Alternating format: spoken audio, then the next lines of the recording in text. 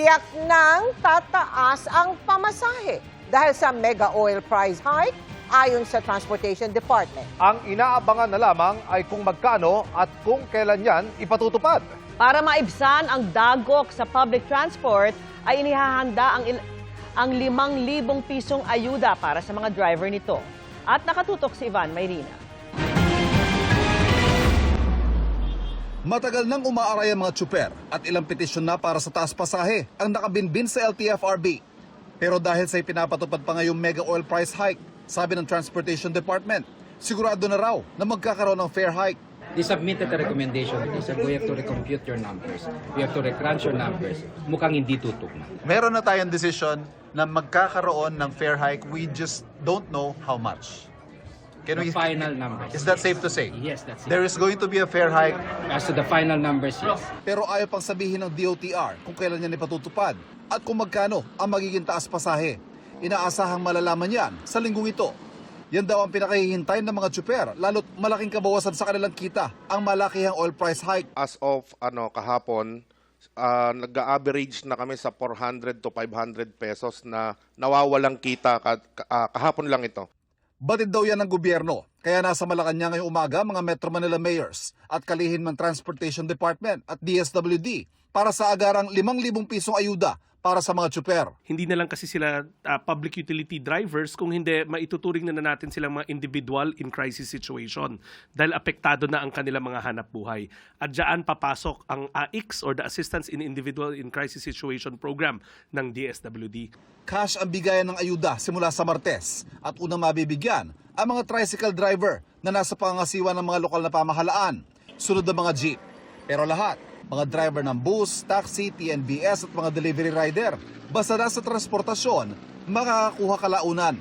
Sisimulan lang ang rollout sa Metro Manila pero lahat daw ng tsuper at operator sa buong bansa ay makakakuha. Walang utos ng ating Pangulo is nationwide. So, i-kick off lang natin sa Metro Manila pero sunod-sunod na ho yan, hindi na yan magtatagal. One after the other mangyayari ho yan. Total, ang DSWD naman, may nationwide offices kami who will do the simultaneous payouts. Ikinatuwa ng transport groups ang anunsyong ito, lalo't uunahin ng mga tricycle. Yun nga lang, panawagan nila sa mga lokal na pamahalaan, ayusin ang listahan. Sana lang sa 1,493 na munisipyo sa buong Pilipinas at saka sa 119 ay 149 na cities, yung mga listahan po kasi wala pa, kaya medyo yun po isang problema na napakabagal. Iba pa ang fuel subsidy na 5,000 pesos din mula naman sa LTFRB. Pero bago mabigay ito, kailangan mo nang tumagal ng isang buwan ng $80 kada bariles sa presyuhan ng krudo sa world market at kailangan may certification ng DOE bago maipamahagi. Para makatulong naman sa mga provincial bus at sa mga delivery truck halimbawa, nakikipagtulungan din ang Transportation Department sa mga toll operators para sa diskwento sa toll. Kami po ay nagpapasalamat sa toll operators natin na sila naman po ay sumang-ayon. Yun yung mga ibang mga sinasabi natin, non-cash at saka mga other intervention and measures na ginagawa po ng pamahalang nasyonal. Para sa GMA Integrated News, Ivan Mayrina, nakatutok, 24 oras. At dahil din sa mega oil price hike, kaya nagmahal na rin ang galunggong, ang karning baboy at ilang klase ng gulay na posibleng masundan pa ng bigas. Gumagamit din kasi ng langis ang mga magsasakat mangingisda, kaya target din silang bigyan ng fuel subsidy. Nakatutok si Bernadette Reyes. Kasunod ng pagtaas ng presyo ng produktong petrolyo, tumataas na rin ang presyo ng ilang pagkain tulad ng galunggong na biglang sipa ang presyo.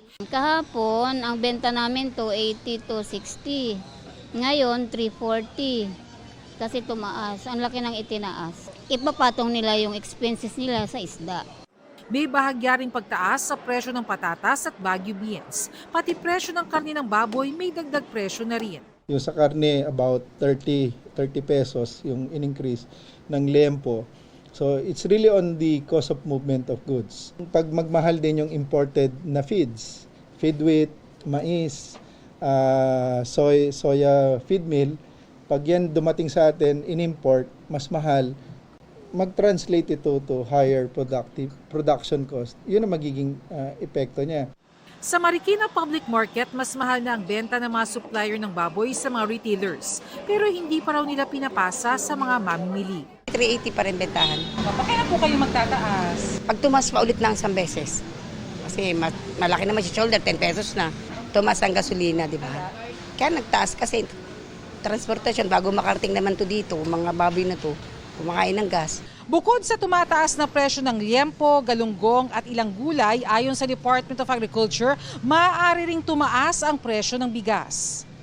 Kung titingnan mo yung presyo ngayon ng farm gate, plus idadagdag pa itong epekto, posible yan talaga na magkaroon ng epekto sa presyo ng bigas.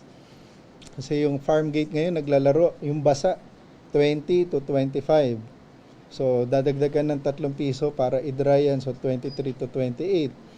Kung merong additional gastusin, so we can expect na magkakaroon ng dagdag ng presyo ng bigas. I cannot say for sure exactly when, but there will be some increases. Para maibsan ang epekto ng lumulobong presyo ng produktong petrolyo, maglalabas na ng fuel subsidy para sa mga kwalipikadong magsasaka at mangingisda sa susunod na 2 linggo. Sila yung mga may-ari o nagrerenta ng mga makinarya at bangka.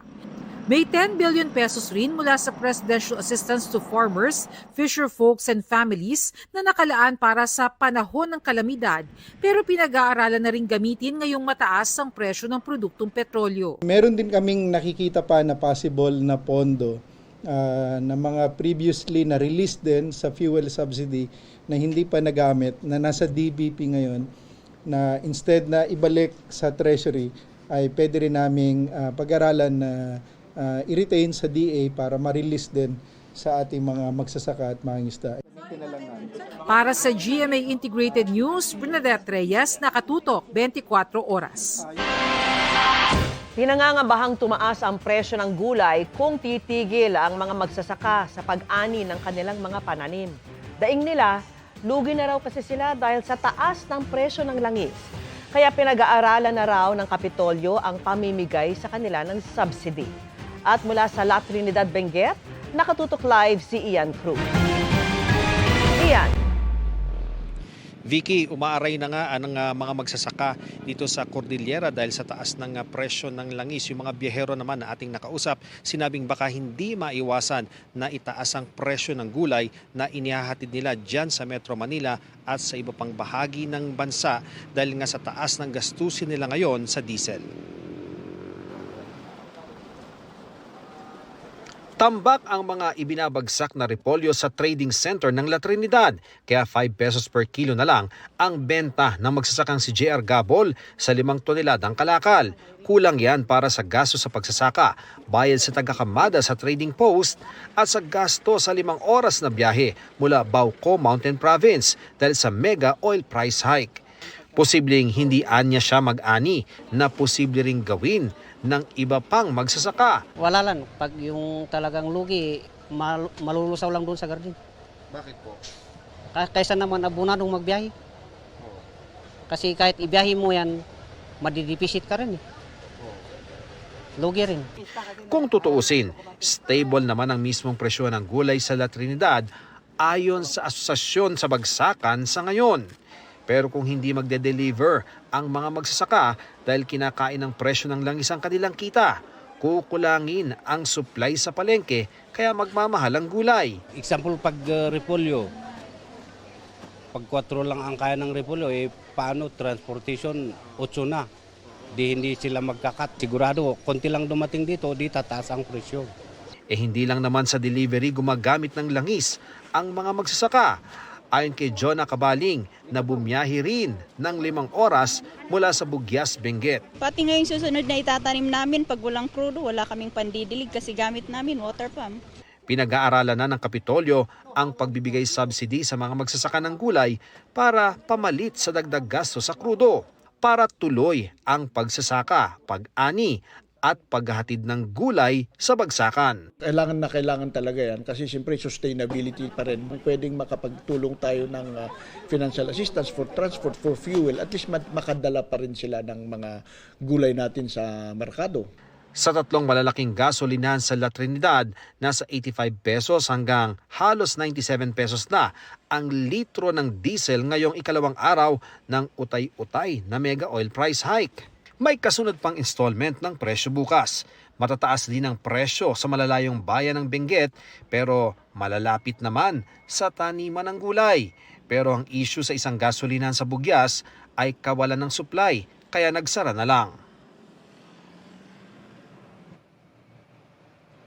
Vicky, patuloy ang monitoring ng LGU ng Benguet kung may mga gasolinahan ba na labis-labis yung ginagawang pagtataas sa presyo ng kanilang produktong petrolyo. At Vicky, ang mga sabi na sa atin ni Governor Diclas, ang mapapatunayan nga na lumabag ay isusumbong nila sa DTI para maipagharap ng kaukulang reklamo. Yan ang latest mula rito sa Benguet. Balik sa iyo, Vicky.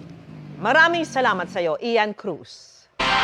Mataas na nga ang presyo, halos wala rin daw dumarating na supply ng diesel sa ilang gasolinahan ngayon. At kapag nagtuloy-tuloy, posibleng magsara raw muna ang ilan. Nakatutok live si Mariz Umali. Mariz. Vicky, sa pag-ikot natin sa iba't ibang mga gasolinahan ngayong ikalawang araw ng malawakang oil price hike, bugos sa nadagdagan pa ang taas singil sa mga produktong petrolyo, ay dagdag-dagok din daw ang dulot ng limitadong supply, lalo na ng diesel, sa parehong maliliit at maging malalaking mga kumpanya ng langis. Dahil sa nagpapatuloy na krisis sa Middle East, 2 araw na wala ng supply ng diesel ang gasolinahang ito. Buti na lang ay may nairasyon na raw sa kanila ngayong umaga. Pero ang epekto, ramdam na sa negosyo maging ng mga empleyado nito. Medyo nawalan kami ng customer po that day. Then yung sa mga tao po namin, bali binabawasan po yung pasok, ginagawang skeletal po.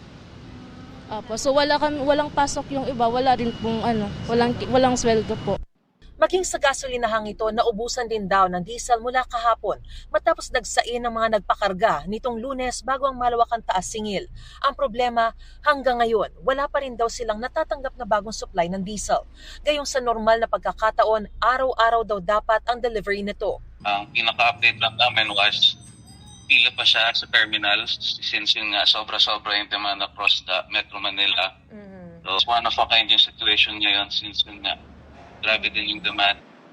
Ang pangamba nila, Worst case scenario, pag wala pa rin kami replenishment within a couple of days, we might have to close down the station since wala rin naman kami masaserve na product. So sana, kung pwede silang makapag-source ng alternative channels kung saan makakuha ng fuel products, much better. As of now, mukhang yun nga, because of the crisis in the Middle East, mukhang strained the supply lines ng fuel products in the Philippines. So, yun, hopefully matulungan tayo. Ngayon ang day 2 ng pautay-utay na pagpapatupad ng mega price hike. Ang naunang pagtaas kahapon, nadagdagan ngayon ng 7 pesos and 30 centavos kada litro sa diesel, 3 pesos and 50 centavos kada litro sa gasolina, at 8 pesos and 40 centavos kada litro sa kerosene. Kaya ang mga tsuper na siyang unang tinatamaan ng mga taas presyo, umaangal na. Sobrang taas eh. Wala na dating 15 hours lang kami nagdadrive ngayon, halos magdamag na para kumita lang kami, may mauwi sa pamilya. Hindi naman po namin kayang ihinto dahil wala naman po kami isusuporta sa aming mga pamilya, sa anak. Mabigat to kasi unang-una wala kaming mahanap na pasahero sa kalsada rin. Pinabayad ng pasahero, pinanggas mo lang din. Extend mo yung biyahe mo.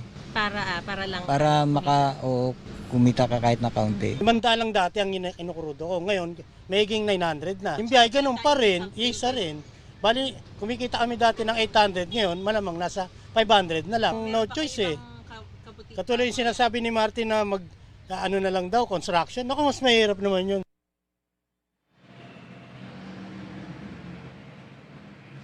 Vicky, ang magandang balita dito sa gasolinahan na kinaroroonan ko ay ngayon lamang may dumating ng truck na magre-replenish sa kanilang supply ng diesel. Pero abutin lamang daw yan ng ilang araw at kakailangan talaga nila ng tuloy-tuloy na supply. Kaya naman pakiusap ng mga lahat ng apektadong mga sektor sa pamahalaan, bagamat deregulated, ay sana raw gumawa ang pamahalaan ng paraan ng makahanap ng iba pang mapagkukunan ng mga produktong petrolyo para maibsan kahit papano ang pasakit na nadadala-dala sa ating mga kababayan. Vicky?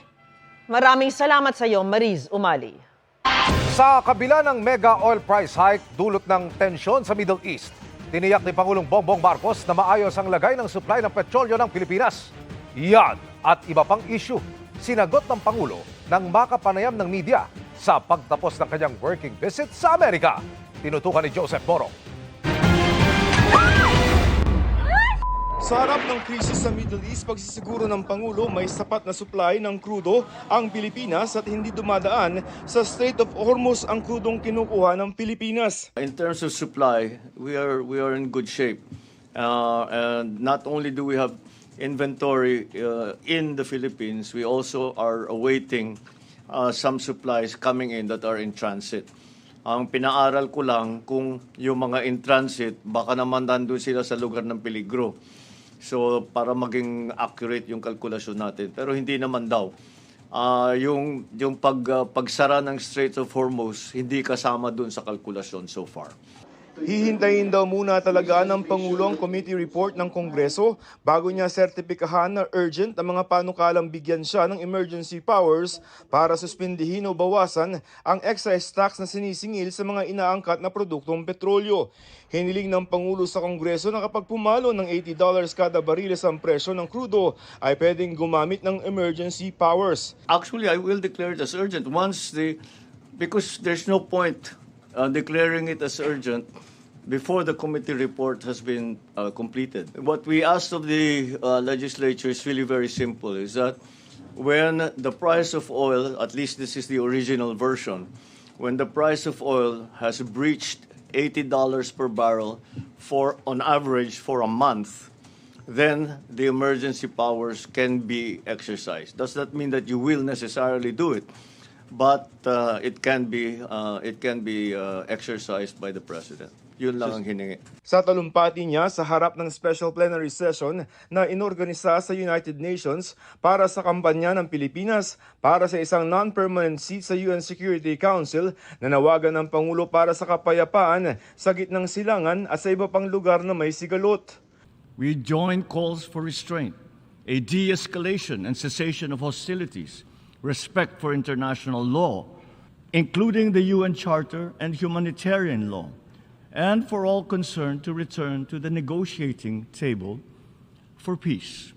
At sa kampanya para sa isang Security Council seat, sinabi ng Pangulo na handa raw ang Pilipinas na gampanan ang papel na ito, lalo pat matagal na ang kooperasyon ng Pilipinas sa United Nations. The Philippines stands ready once again to contribute, to help calm voices of division, provide a voice of balance, to shun ambition for service, and always as a voice for principled peace. I stand before you to humbly petition for your support for the Philippines. Sa pagkampanya ni Pangulong Bongbong Marcos para maging non-permanent member tayo ng UN Security Council, binigyan diin niya at halaga na simula ng buuin ang United Nations, isa tayo sa mga founding members ito, ay kutawang na ng UN ang Pilipinas. At kung papalarin at maging miyembro tayo ng Security Council, ay pagpapatuloy ng Pilipinas ang ganyang klaseng kooperasyon. Sabi ng Pangulo, kung ang matagal na relasyon ng Pilipinas at United Nations ang titingnan, ay magandang tsansa ng Pilipinas na makuha ang non-permanent seat para sa taong 2027 hanggang 2028. Ayon naman kay Foreign Affairs Secretary Teresa Lazaro, hindi naman nangangamba ang Pilipinas kung may issue ang bansa sa pagitan ng ilang bansa tulad ng China. How does China think of our campaign to be a member? May ano ba? Ano ba? It's a family of nations, so may mga perceptions sila, but this is the UN. So it depends who is going to support us. Kung may China ba, nag-object ba siya? You cannot object to election. Okay. Ayaw mo, magboboto. Gusto mo. 2/3 ng 193 na mga miyembro ng United Nations ang kailangan ng Pilipinas para maging non-permanent member ito ng UN Security Council. Sa June 3 ang magiging botohan para dyan. Ilang beses na naihalal na miyembro ng UN Security Council ang Pilipinas noong 1957, 1963, 1980 at 2004. Mula rito sa New York, para sa GMA Integrated News, Joseph Morong, nakatutok 24 oras. Sa sobrang taas ngayon ng presyo ng gasolina, umigting ang mga panawagan para alisin o bawasan hindi lamang ang excise tax sa mga produktong petrolyo, kundi pati ang value-added tax o VAT. Yan at iba pang mga panukalang tinalakay ng mga mambabatas para maibsan ang pasanin ng publiko. Sa pagtutok ni Tina Panganiban Perez. Pumasa na sa House Committee on Ways and Means ang panukalang bigyang kapangyarihan ng Pangulo na suspindihin o bawasan ang excise tax sa mga produktong petrolyo para hindi masyadong tumaas ang presyo. Hirit naman ngayon ng isang kongresista, baka pwede ring suspindihin ang 12% value-added tax sa mga produktong petrolyo. Ang mas nagpapatindi po sa damdamin ng ating mga kababayan ay sobra-sobra at patong-patong yung mga pagbubuwis sa atin. I'm calling for not only the suspension but the total repeal of 12% VAT as well as excise taxes on oil.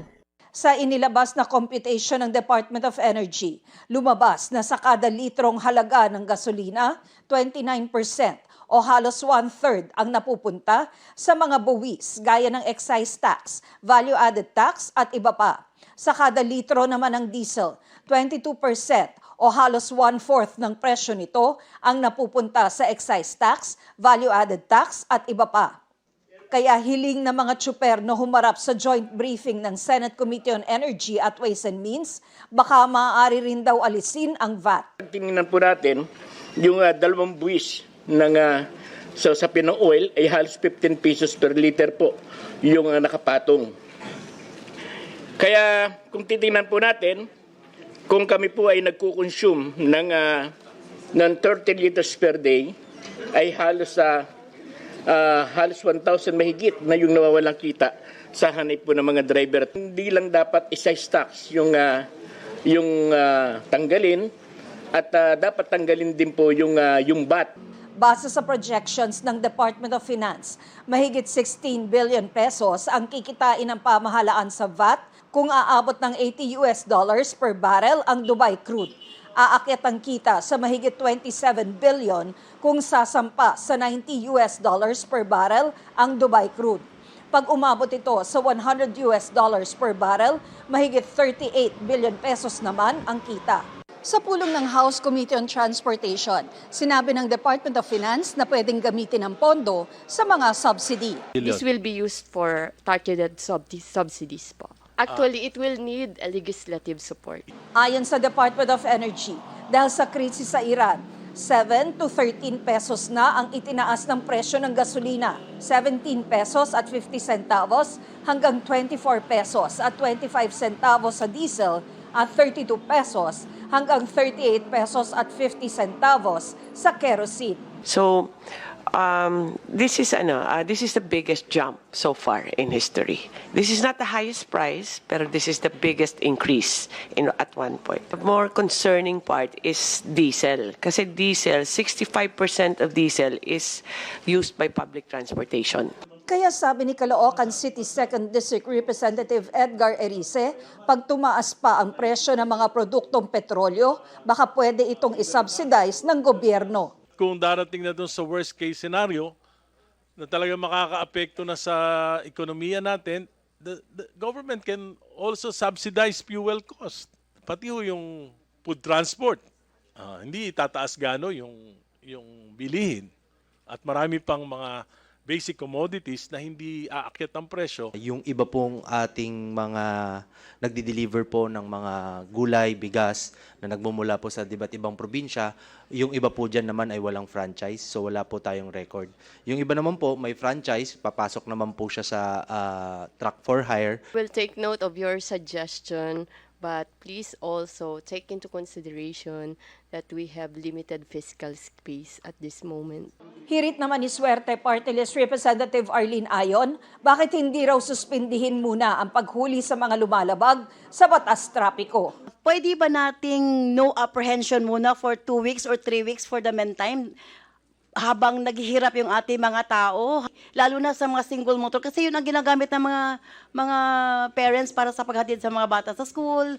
Bagay na inalmahan ng Land Transportation Office para sa kaligtasan sa kalye. Road safety po ito eh. Yung mga ina-apprehend po namin, yung may mga violations. So kung magko-comply po yung mga kababayan po natin at hindi sila gumagawa po ng mga traffic violations, wala po silang problema sa amin sa LTO.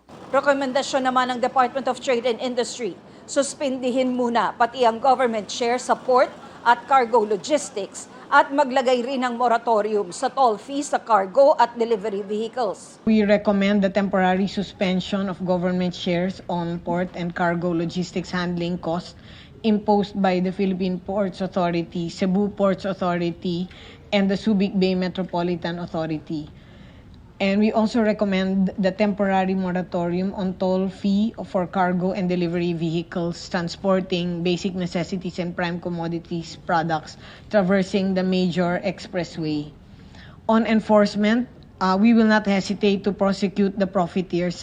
Ayon kay Cayetano, aprobado na in principle sa komite ang panukala at depende na lang sa pinal na bersyon kung suspensyon o bawas lang sa excise tax ang pwedeng gawin ng Pangulo. Para sa GMA Integrated News, Tina Panganiban Perez, nakatutok 24 oras. Umasa na sa ikalawang pagbasa sa plenaryo ng Kamara ang panukalang batas na magbibigay ng kapangyarihan sa Pangulo na suspendihin o bawasan ang excise tax sa mga petroleum products.